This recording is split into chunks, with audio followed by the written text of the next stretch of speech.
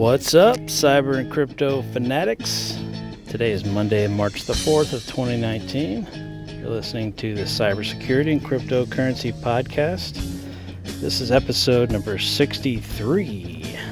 Never thought that I'd be doing a podcast for this long. Episode 63. Hope to keep it going here. Some interesting stuff came out, and that's why I decided to do a early week podcast. Some things of note that I wanted to let everybody know about. In cybersecurity, there were some malicious GitHub accounts with a whole bunch of backdoored apps. So we're going to talk about that. Also going to talk about Google and their Project Zero, what they're doing. And then the last thing in cyber, we're going to talk about TikTok. It's apparently a children's app of some sort, so we'll talk about them and what's going on there. Then in cryptocurrency, we're going to talk about Facebook and what the rumors are about what they're trying to do. Also going to talk a little bit about Coinbase, and last but not least, talk a little bit about some masternodes. So to kick things off, we'll start with the GitHub accounts and backdoored apps. This is quite an extensive list. If you haven't seen it yet, you might want to check it, especially if you're in the Bitcoin space. There are quite a few tools in here and apps that you have to get in order to make Bitcoin wallets work, even if it's an altcoin or whatever. There's quite a few of these that are required to run those wallets. There were also some backdoored Java games posted on here as well. One that I noticed is called MingW 64 and 32 MingW. I used that with the Linux subsystem for Windows to basically be able to show windows, like dialog windows, I should say, that pop up in your Linux instance, basically giving it a display when it otherwise wouldn't have a display. So that was one that struck my attention because I've definitely installed that. There was also stuff on here about OpenWRT. If you are a fan of open source routers, they've got some stuff there. A bunch of cross-compiling tools, and a whole lot of games. So if you haven't looked through this list, you might want to, just to make absolutely sure, and just make sure that you haven't installed one of these by accident. Now, they did say that, of course, these have all been taken down, but they also said that if you didn't venture off and search for these things on your own, and you stayed with the main channels or the primary websites for, whatever it was, like an altcoin that you're following, if you go to their official links, you're probably not going to have an issue. Or if you installed various things with apt-get on your Ubuntu box, those are all legitimate sources, unless you add a malicious repo there. But if you got it through all those channels, you're probably okay. But if you search for anything offhand or installed any additional repos in your Linux environments or even in Windows, make sure you check this list. They even got Minecraft in here. It's crazy. But I will post that list in the show notes so everybody can check that out, because that was definitely a wild story. I'm not surprised, though. Kind of surprised it took this long for somebody to do it. Because who knows who actually goes through those GitHub repos and checks them for malicious code and whatnot. All right, some other news here about Google Project Zero. If you haven't heard about that, it's Google's vulnerability finding, red teaming kind of spin-off, if you will. And they found a 0-day in Mac OS that they reported to Apple back in November of last year, and they described it as high severity. And essentially, they're calling it a copy-on-write behavior bypass via the mount of a user-owned file system image. So that's a lot of words. Essentially, what this means is that it is allowing the copying of data between two different processes. So if you're running two different programs and one of those programs was malicious, it could be copying all of the stuff from the other program that you're running. So that's where this is such a big vulnerability. All you need to do is run some sort of malicious app, and then it would be copying everything that you're doing, essentially. Apple has not yet patched this, so that's what's really weird here, because I figured, they'd jump all over this pretty quickly, but they still have not patched it. They did say that they're working on it, but they have not actually patched it yet. So if you run Macs in your environment, or if you have a Mac at home, you might want to be on the lookout for an update from Mac, because this is a pretty big deal. If somebody starts exploiting this, they could be copying essentially all the data off your computer. So check that one out too. I'll put it in the show notes. All right, the last thing is cybersecurity. There's a company called TikTok, and they do video streaming apps. Apparently, I guess to, monitor your kids, like a baby monitor kind of thing. Well, apparently, they were recording names, email addresses, pictures, and locations of children younger than 13. So this is obviously against the law. And so the FTC decided to fine them $5.7 million. It makes me wonder, though, is a fine really going to do anything for this company? I mean, what is that really going to do? They're just going to shake it off and move on with business. Now, obviously, they're going to stop recording all this stuff and storing it. But, I mean, this app has been downloaded 80 million times, apparently, from either one of the app stores, Google Play or the Apple App Store. So that's just a ton of people that have already installed this thing. And, wow. There's apparently 150 million daily active users in this app, so it's pretty prevalent there. And to know that it was recording information and even taking pictures of children, oh my gosh, man, that's really creepy. I mean, it's creepy as hell. But if you use any kind of video baby monitor, this kind of stuff is bound to happen. We've heard the stories of hackers hacking into those baby monitors and talking to babies and things like that. This kind of stuff is bound to happen. So sometimes it's not just a bad idea just to get a little 2.4 gigahertz baby monitor that's only audio, instead of going the video route where you could be tracked and your video is stored in the cloud and all kinds of other crazy things. But certainly a big privacy issue there. And privacy stuff is starting to affect even children, as you're seeing here.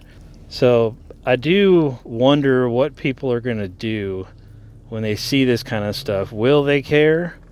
And will they start caring about privacy and wanting to protect their privacy?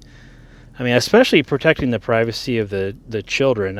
I think that's the biggest thing here. I don't know why you would collect this data about children unless they just did it accidentally.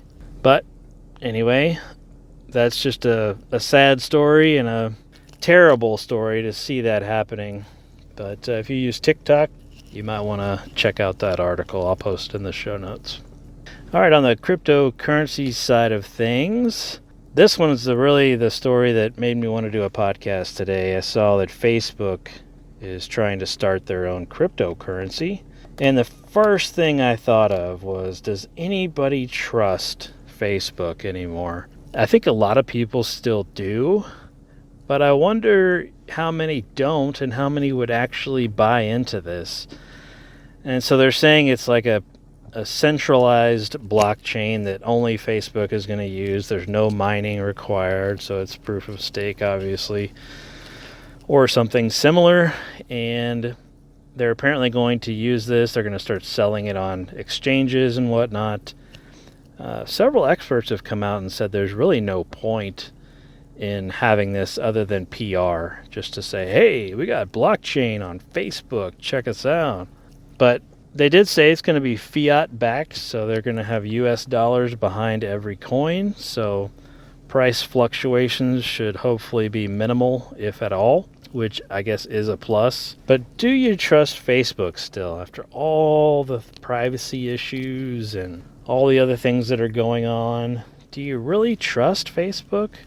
There was another article about Facebook. This happened actually a while ago, but when you put your phone number into Facebook, people can search for you using that phone number, and you cannot opt out of it. Facebook will not let you opt out of that search. So typically you provide your phone number for doing two-factor. Well, they're going to use that phone number for, guess what? Searches. So people can look you up with that phone number, and that's obviously a big privacy risk, you know? So one more thing that Facebook won't let you do. So does anybody really trust the Facebook coin if it comes out? Is anybody really going to buy into this? Apparently they're going to use it on WhatsApp and in Facebook Messenger and whatnot. But they're calling it basically a PayPal, but on blockchain for Facebook. So I just really question whether or not people would actually trust it and buy into it, since it's not going to be decentralized.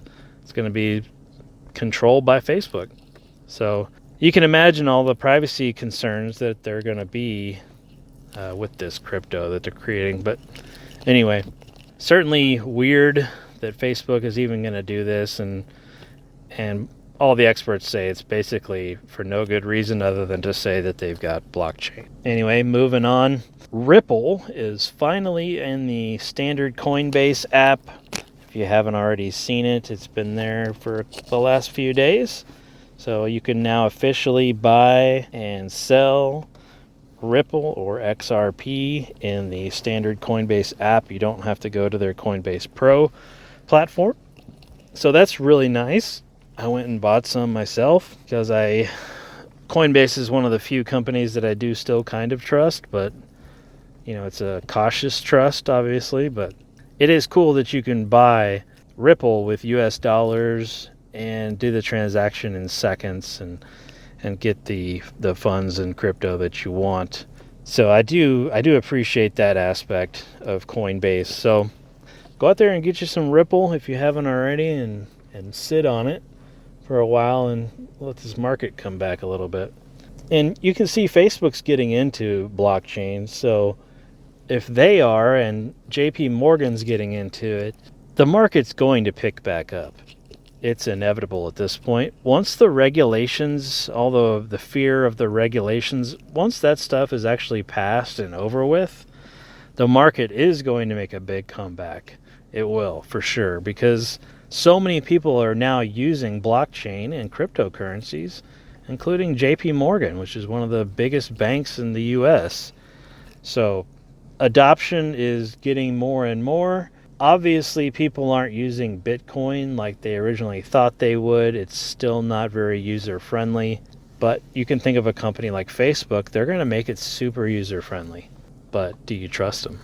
You think of JP Morgan, when they actually roll this out to customers and not internally, they're going to make it super user-friendly. So these bigger companies are getting into this, and they are going to start making it user-friendly to use blockchain. So the market's bound to take an upturn here pretty soon, especially with all these big name players getting into the game. So anyway, go buy you some Ripple on Coinbase if you haven't already seen that. All right, the last thing in cryptocurrency, if you haven't already heard the podcast about masternodes, I'm still doing some masternodes. It's been quite the journey. I've learned a lot. There are so many bad projects out there and fake projects, and you got to be very cautious which masternodes you decide to invest in. But there have been a couple that I've been investing in, and they've been very steady and stable as far as price fluctuations go. One of them's called Energy. It's the symbol is NRG on the exchanges, and you can look them up on masternodes. Online. So that's been a pretty good one. Very, very steady as far as price goes. And pretty good returns on that one as well. It used to be mineable, so I was mining for that originally, which is what got me into it. And then I was essentially watching their Discord channel, and I saw they were moving everything to proof of stake. And so now they are in the masternode game as well. So check those guys out. That is a very, very cool project. The people running it too actually show their faces. They actually have pictures of themselves, and it's a legit crypto. Because most of these you'll see they've got these avatars of people, and nobody wants to show their face because it's not a legit crypto, and they're trying to just scam people. So Energy has been a good one that I've been watching pretty heavily. Another one is called Safe Insure, and the symbol is SINS. That one's been very stable. It's about 5.5 million in market cap. Returns are very good on that. Now, it takes a lot to actually get a masternode with these folks. We're talking, 7,000 for Energy and about 3,000 for Safe Insure.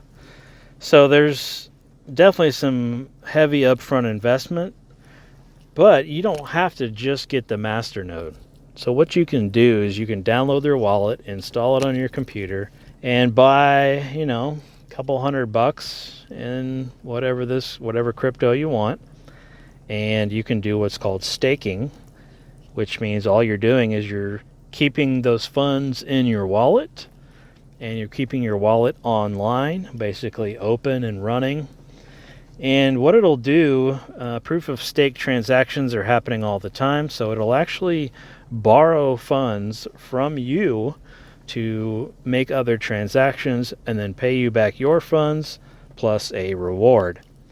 So there is another way to still make money on proof of stake and masternodes by just staking only and not just doing a masternode. Obviously, masternodes are going to get you a lot more as far as returns go in most cases, but the more coin that you are staking, the more staking rewards that you get as well. So very, very cool ways to make money as long as you do your research and be very, very careful which ones of these you get into. But check out Safe Insure and Energy. Those have been two very, very stable proof of stake coins and masternodes.